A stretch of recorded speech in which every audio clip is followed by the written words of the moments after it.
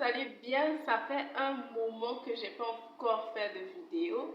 Donc je reviens aujourd'hui pour une nouvelle vidéo, une nouvelle exhortation pour vous. Et ce que j'aimerais vous partager aujourd'hui, c'est vraiment Dieu peut vous donner ce que vous recherchez.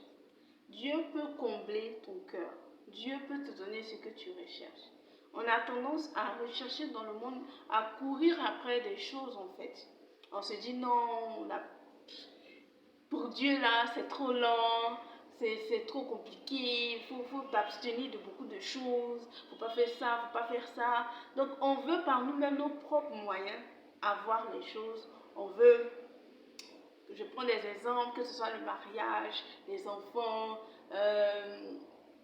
je sais pas, l'argent, on court après ces choses-là. Et au final, après on se rend compte, au soir de sa vie, quand je dis ça, je me rappelle d'un ami en fait. Au soir de sa vie, on se rend compte que on a couru après des choses en fait qui n'étaient pas essentielles pour nous en fait. Des choses aussi qu'on n'a jamais pu avoir. Parce qu'en fait, réellement au fond, c'est Dieu qui peut nous combler. C'est Dieu qui peut te remplir, c'est Dieu qui peut te combler. On cherche des choses dans le monde en fait. Que ce soit le mariage, les enfants, je ne dis pas que ces choses-là sont mauvaises, mais je dis que c'est lorsque Dieu déjà te comble que tu peux profiter de ces choses-là, que tu peux apprécier ces choses-là, que tu peux être heureux, que ce soit dans ton mariage, avec tes enfants, que ce soit dans ta richesse et tout. C'est lorsque déjà tu es réconcilié avec ton Père. Parce que toutes ces choses-là ne vont pas te sauver en fait. En fait, toutes ces choses-là ne vont pas te combler, toutes ces choses-là ne vont pas t'apporter réellement l'amour, la joie, la paix en fait. Jésus dit que je vous laisse la paix, je vous donne ma paix, je ne vous la donne pas comme le monde vous donne. Donc, le monde peut te donner un semblant de paix, de joie, mais qui n'est que temporaire en fait.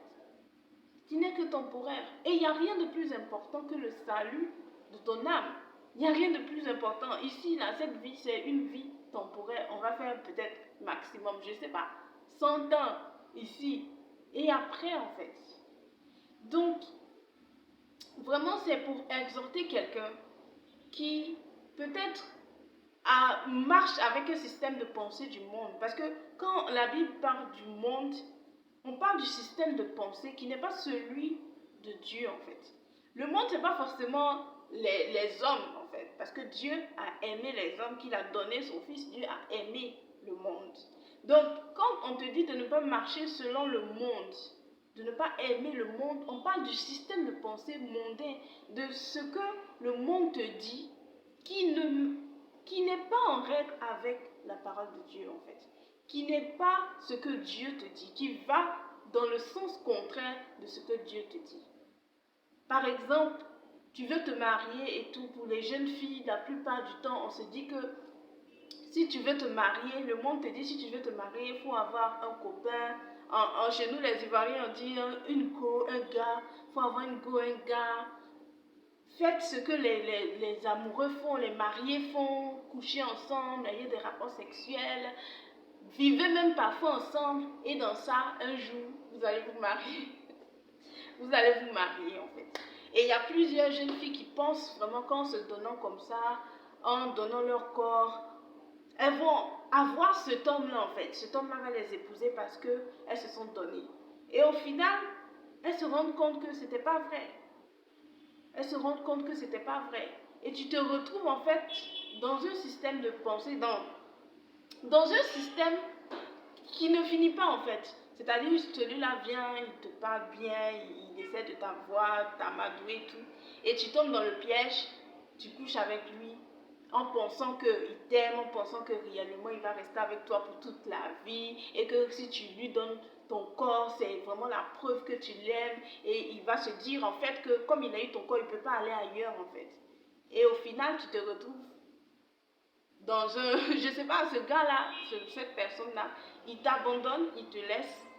Un autre vient, les mêmes choses, tu retombes dedans, lui aussi te laisse. Et au final, tu te retrouves tu avais le désir de te marier, d'avoir une famille et tout, tu te retrouves à 40 ans, 45 ans, femme de mari, seule, triste, des enfants, bon, de pères différents, les pères, tu n'es plus avec peut-être le père, ceci, donc tu te retrouves à être peut-être obligé de te mettre dans une relation que toi-même tu ne voulais pas être dedans, mais juste parce qu'il y a la pression sur toi, parce que tu ne veux pas être seule et tout. Et au final, tu te rends compte que tu n'es pas heureuse en fait. Tu as gâché ta vie en fait. Et ce n'est pas ce que ton père veut pour toi. Ce n'est pas ce que ton père a prévu pour toi. Ce n'est pas ce que Dieu veut pour toi. Tu es une fille de Dieu, une aimée de Dieu, une chérie de Dieu. Et Dieu a prévu des choses merveilleuses pour toi en fait.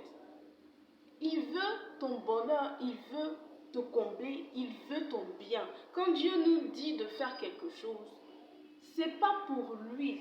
Lui, c'est son nom qui est glorifié. Mais le bénéfice là, à qui il revient? Dieu ne change pas. La Bible dit que Dieu, en lui, il n'y a aucune onde de variation. Il n'y a rien qui change. De la même manière qu'il a toujours été là, c'est comme ça il est. Il n'y a rien qui change. Dieu ne change pas. Mais c'est nous qui changeons en fait. Dieu ne change pas. Donc, c'est toi qui gagnes le bénéfice. Quand tu respectes sa parole et qu'un homme, il t'envoie un homme bon et tout, qui l'aime, qui te respecte, qui t'honore, qui t'épouse, qui bénéficie? C'est Dieu, mais c'est toi. C'est toi. C'est toi qui bénéficie. La joie, le bonheur, l'amour, tout ça, c'est toi qui bénéficie en fait, le plus. Donc j'exhorte vraiment une sœur, un frère aussi, hein, parce que les hommes aussi, à rester ancrés dans la parole de Dieu, à rester avec Dieu. Quand Dieu te dit de faire quelque chose, fais-le. C'est pour ton bien. C'est pour ton bien. Si tu n'as pas la capacité, on n'a pas la capacité, voilà pourquoi le Saint-Esprit est là avec nous. Donc demande au Saint-Esprit de t'aider en fait. Souvent aussi on est impatient. On est impatient, on veut tellement ça. Le sexe, c'est pas une mauvaise chose. Le sexe, c'est Dieu qui l'a créé et il l'a prévu pour toi. Mais c'est dans un cas précis en fait. Dans le mariage. Quand Dieu te dit d'avoir des rapports sexuels avec ton mari et que vous deux, vous allez devenir une seule chair, il sait de quoi il parle. S'il te dit de faire ça dans le mariage, il sait pourquoi. Parce qu'en dehors de ça, tu peux donner accès et tu donnes même accès au diable de te détruire. Dieu a placé comme des principes en fait dans ce monde-là. Et tu ne respectes pas sa parole, tu laisses le diable entrer. Le péché laisse le diable entrer dans ta vie. Et le diable, quand il vient là, il ne vient pas pour s'amuser, il vient pour égorger, pour détruire, pour voler. Et c'est là que, fille comme garçon, tu te retrouves à tel âge, je ne sais pas, et tu vois que ta vie, en fait, tu n'as pas vécu, en fait, tu as survécu. Parce que tu regrettes tellement de choix que tu as fait, tellement de choses que tu as fait. Alors que ce n'est pas ce que Dieu voulait pour toi. Il voulait tellement plus pour toi. Mais malheureusement, tu as fait de mauvais choix et tu t'es retrouvé dans une mauvaise situation en fait. Donc vraiment, pendant qu'il est temps, pendant que tu es jeune, fais confiance à Dieu et laisse-le te guider. Il peut te donner ce que tu désires, que c'est l'âge, que ce soit devenir riche. Je ne sais pas, Dieu donne la richesse. L'or et l'argent appartiennent à Dieu en fait. Mais je ne dis pas, je ne suis pas en train d'encourager quelqu'un à aller vers Dieu pour ces choses matérielles-là. Parce que ce n'est pas ça qui peut te combler, ce n'est pas ça qui va t'envoyer au ciel en fait. Toutes ces choses-là, c'est juste temporaire. Le plus important, c'est de l'autre côté. Donc vraiment, accrochons-nous à Dieu. Et pour celui qui n'a pas encore connu Dieu, qui n'a pas encore accepté Jésus, vraiment, tu ne peux pas connaître Dieu sans passer par Jésus. Seul Jésus nous révèle Dieu en fait. Seul Jésus est le chemin qui mène au ciel. Seul Jésus est le chemin qui mène à Dieu. Donc je t'encourage, si tu veux avoir une relation avec Dieu, connaître qui est Dieu, marcher avec Dieu, voilà, accepte le Seigneur Jésus comme Seigneur et Sauveur et tu seras sauvé. Donc c'est ma petite exhortation aujourd'hui pour dire à quelqu'un que Dieu peut te donner ce que ton cœur désire. Tout ce qu'il te demande, c'est que tu sois patiente, tu restes attaché à lui et que tu écoutes ce qu'il te dit en fait.